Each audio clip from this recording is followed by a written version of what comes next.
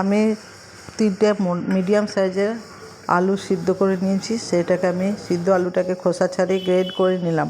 Grade করার পরে ওর মধ্যে কিছু মশলা অ্যাড করছি। মশলাগুলো হচ্ছে একটু গরম মশলা, নুন, আর হচ্ছে ধনেপাতা কুচি, পেঁয়াজ কুচি, কাঁচা লঙ্কা কুচি, আর দেবো একটু টমেটো কেচাপ আর একটু কাশ্মীরি লঙ্কা গুঁড়ো। একটু টমেটো কেচাপ দিয়ে দিচ্ছি, ভালো করে মাখিয়ে নিচ্ছি। তারপরে মাখিয়ে নেওয়া হয়ে গেলে আমি এক সাইডে এটাকে রেখে দিচ্ছি। মাখানো হয়ে গেছে। মশলা খুব বেশি দিইনি। এবার আমি একটা নিয়ে নিলাম, 1 কাপ ময়দা নিলাম। 1 কাপ ময়দা মানে প্রায় 300 মতো ময়দা আছে আমার। তার সঙ্গে দিলাম গুঁড়ো চিনি 1 চামচ, আর দেবো পরিমাণ মতো নুন। সবগুলোকে ভালো করে শুকনো উপকরণগুলোকে মিশিয়ে নিলাম। মেশানো হয়ে গেলে এর মধ্যে আমি দিয়ে দিচ্ছি টক দই।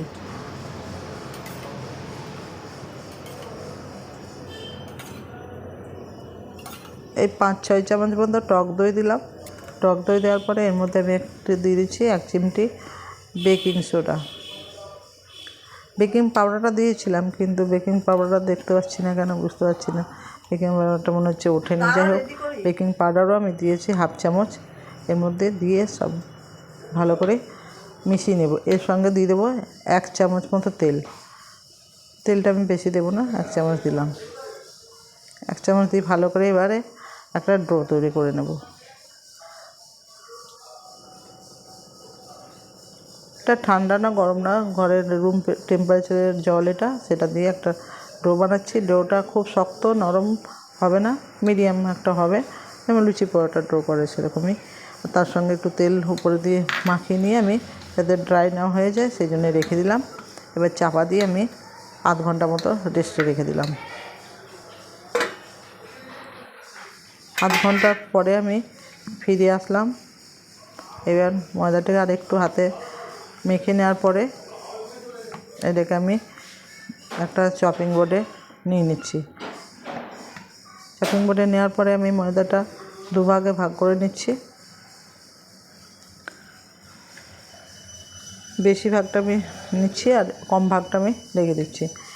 আর এবারে এই ভাগ থেকে আমি লেচি কেটে নিচ্ছি।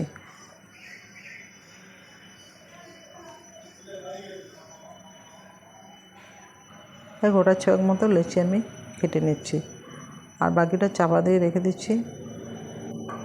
এই লেচিটাকে কেটে এবার ভিতরে একটা গর্ত মতো করে তাতে আমি এই আলুর যে মাখা পুরটা রেখেছিলাম সেই পুরটাকে আমি আলুর ভিতরে ভরে ময়দার ভিতরে দিলাম। দেওয়ার পরে এটাকে ভালো করে চেপে চেপে ভিতরে ঢুকিয়ে দিয়ে একটা লেচি করে ভালো করে ঢুকিয়ে দিলাম, যাতে বেরিয়ে না আসে। বেরিয়ে আসলে আর বেলা যাবে না, সেটা ঠিকভাবে ঢোকাতে হবে। এটাকে ভালো করে ঢুকিয়ে নিয়ে একটু ময়দা ছড়িয়ে এটাকে আমি বেলে নিচ্ছি। হালকা হাতে বেলতে হবে, বেশি চেপে বেলা যাবে না। এরপরে একটু জল লাগিয়ে দিলাম উপর দিয়ে। উপর দিয়ে জল লাগানোর পরে সাদা তিল আর কালো তেল একটু ছড়িয়ে দিলাম, আর কিছু ধনেপাতা কুচিয়ে উপর দিয়ে দিলাম। তারপরে আবার একটু চেপে বেলে নিলাম যাতে ওগুলো বসে যায়।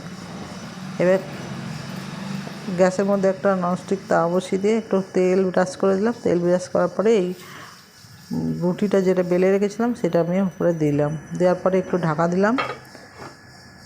হালকা আঁচে এটা করতে হবে, বেশি আঁচ দিলে পুড়ে যাবে। হালকা আঁচে করার পরে আমার 1 পিঠ হয়ে গেছে, উল্টিয়ে দিচ্ছি।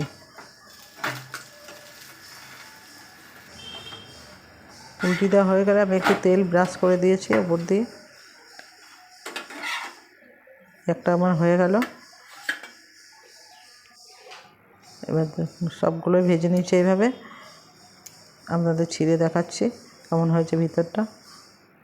আশা করি আপনাদেরও ভালো লাগবে। বাড়িতে একবার ট্রাই করে দেখবেন, খুব সুন্দর রেসিপি।